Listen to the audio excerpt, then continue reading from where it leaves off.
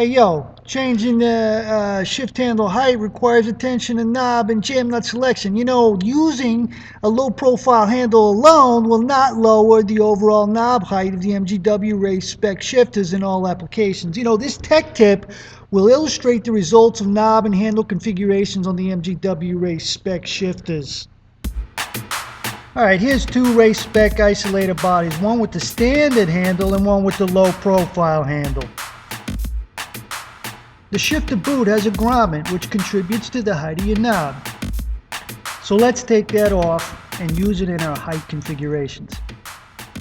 Alright, we're going to take the rubber grommet and apply it to the standard handle first. Alright, then we're going to take the gripper knob and we're going to spin it down and take a look at the height. Notice something here. The gripper knob has an integrated shank. Alright, not a jam nut. You see the length here? The height is established by the height of the rubber grommet and the length of the gripper knob. So what happens when we spin this knob off and put the same parts on the low profile handle? You think it's going to change? Is that what you'd be wrong. Take a look at this. The knob spins all the way down onto the low profile handle. The only difference here is that the handle doesn't go as far up into the knob as the standard handle. But you still have the same length. Alright, let's take this off.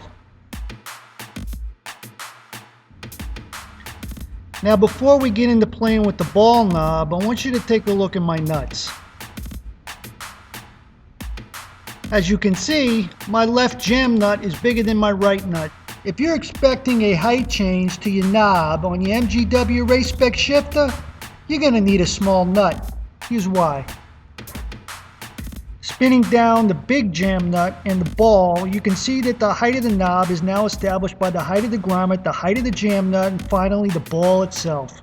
Alright, if we take these same parts and we apply them to the low profile handle, spin down again the large jam nut onto the low profile handle, you're going to see something here. What do you have? No change whatsoever. So what do we got to do? What do we got to do to get a shorter knob? That's right, smart guy. You got to use a shorter nut.